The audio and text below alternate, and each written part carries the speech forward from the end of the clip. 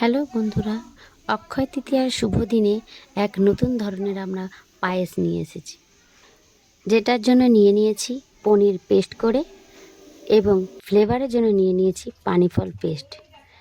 দিয়ে দিয়েছি, গরম কড়া হয়ে গিয়েছে। এবার পানিফল পেস্টটা দিলাম, এটাকে ভালো করে নেড়ে চেড়ে নিতে হবে যাতে না কড়ায় লেগে যায়।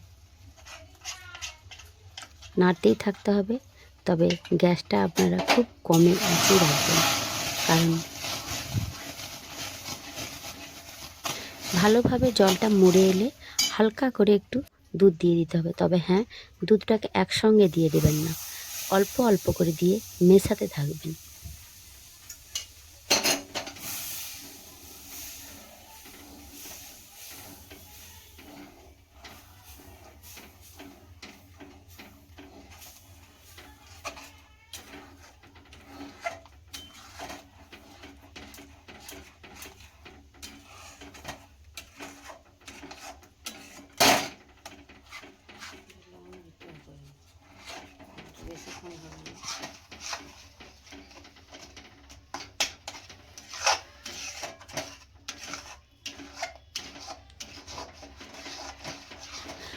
ভালো করে মেশানো হয়ে গেলে আবারও আমরা একটু দুধ দিয়ে দিচ্ছি, কারণ আগেই বলে রেখেছি যে দুধটা একসঙ্গে দেওয়া হবে না, অল্প অল্প করে আপনাদেরকে দিতে হবে পরিমাণ মতো। দেওয়া হয়ে গেলে আবারও মিশিয়ে নিচ্ছি ভালোভাবে, যেটা দুধটা যেন ভালো করে ওর মধ্যে মিশে যায়।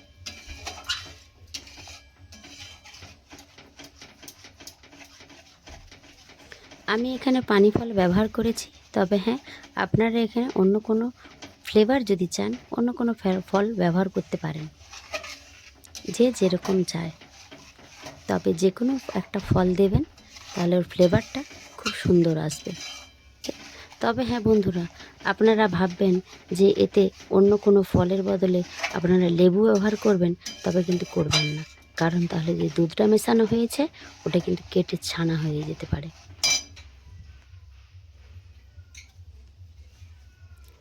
ভালোভাবে মেশানো হয়ে গিয়েছে। এর উপর দিয়ে 2 থেকে 3টে তেজপাতাকে টুকরো করে দিয়ে দেবে। ভালো করে মিশিয়ে দিচ্ছি। এরপরে আমরা এলাচ দিয়ে দিচ্ছি, সেটাও 2 কি 3টে দেবেন, তবে হ্যাঁ পরিমাণ মতো। আপনার যদি জিনিসটা বেশি থাকে তখন 4টে 5টে এলাচ দিতে পারেন, কারণ যত পরিমাণ থাকবে তত আপনার এলাচটা দিলে গন্ধটা বেরাবে। এরপর এটাকে ভালো করে মিশিয়ে নিচ্ছি আমরা। তারপরে কাজুকে টুকরো টুকরো করে রেখেছিলাম সেটা দিয়ে দিচ্ছি। দেওয়া হয়ে গেলে আবারও একবার ভালো করে মিশিয়ে নিচ্ছি।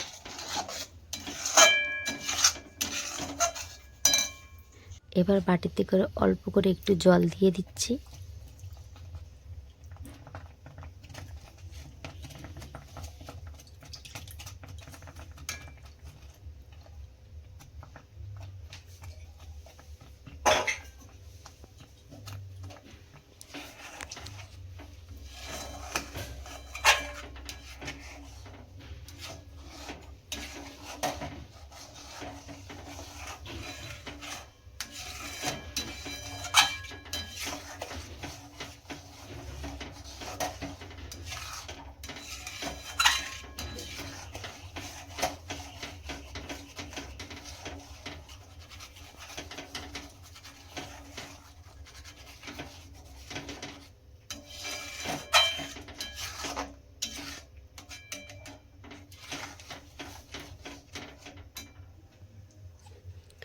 আমাদের এটা পুরোটা ভালোভাবে মেশানো হয়ে গিয়েছে, তাই এবার গুড়টাকে দিয়ে দিচ্ছি ভালোভাবে। এটাও যে যার স্বাদ মতন আপনারা দিতে পারেন, তবে হ্যাঁ চিনি ব্যবহার করতে পারেন। আমি একটা কালার আলাদা আনার জন্য গুড়টা ব্যবহার করেছি।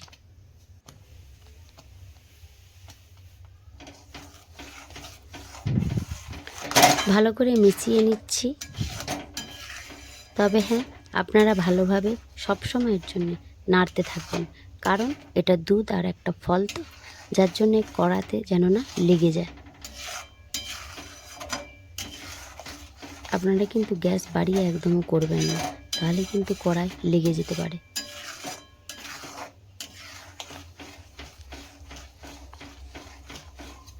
এরপরে আমরা 1 চামচ বাটার দিয়ে দিচ্ছি।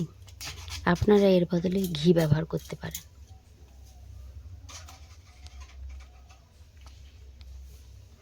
আবার একটু দুধ দিয়ে দিচ্ছি, তবে হ্যাঁ এটা লাস্ট বার, কারণ এটা বেশি পাতলা হবে না, ঘন ঘন মতন হবে। আপনারা দেখবেন, দেখে লাস্টে দুধটা অ্যাড করবেন, নাও করতে পারেন যদি আপনাদের জিনিসটা তরল ভাব থাকে।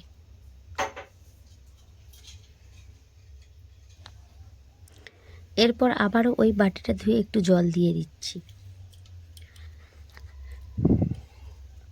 আপনারা আপনাদেরটা দেখে জল দিবেন। বারবার আমি কিন্তু বলছি এটা পাতলা হবে না, এটা ঘন ঘনই হবে, তার জন্য দেখে আপনারা জল দেবেন। এরপরে আমি দিয়ে দিচ্ছি যে পনিরটা পেস্ট করে রেখেছিলাম, সেই পনিরটা দিয়ে দিচ্ছি, হাত দিয়ে ঝুড়ি ঝুড়ি করে দিচ্ছি। তবে হ্যাঁ, খুন্তি দিয়ে এটাকে নেড়ে আবার ঠিক করে দিতে হবে, বা আপনারা বাটিতে একটু জল দিয়ে পনিরটাকে পাতলা আগে করে দিতে পারেন, তাহলে আরও ভালো হয়। আমি এখানে এটাকে দেখাই না, আমি এমনি ডাইরেক্ট দিয়ে দিয়েছি, কিন্তু আপনারা এটা করতে পারেন, আপনাদের সুবিধার্থে আপনারা যেটা ইচ্ছা করতে পারেন। এরপরে আমি আবার একটু জল মেশালাম।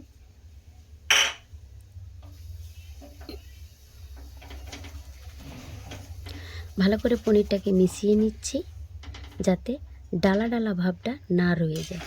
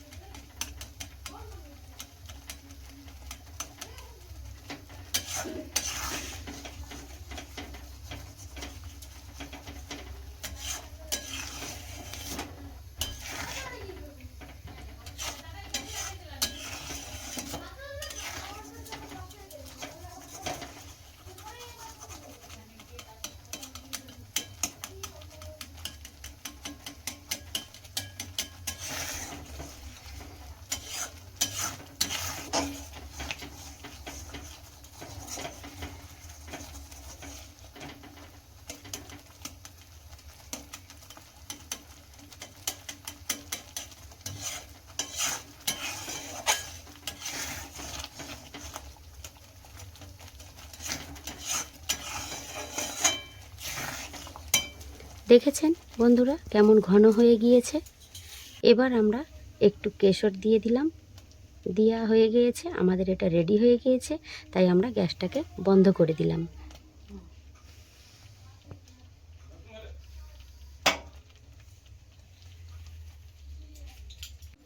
এবার একটা বোল নিয়ে আমরা নামিয়ে নিচ্ছি। দেখেছেন তো কতটা ঘন হয়ে গিয়েছে।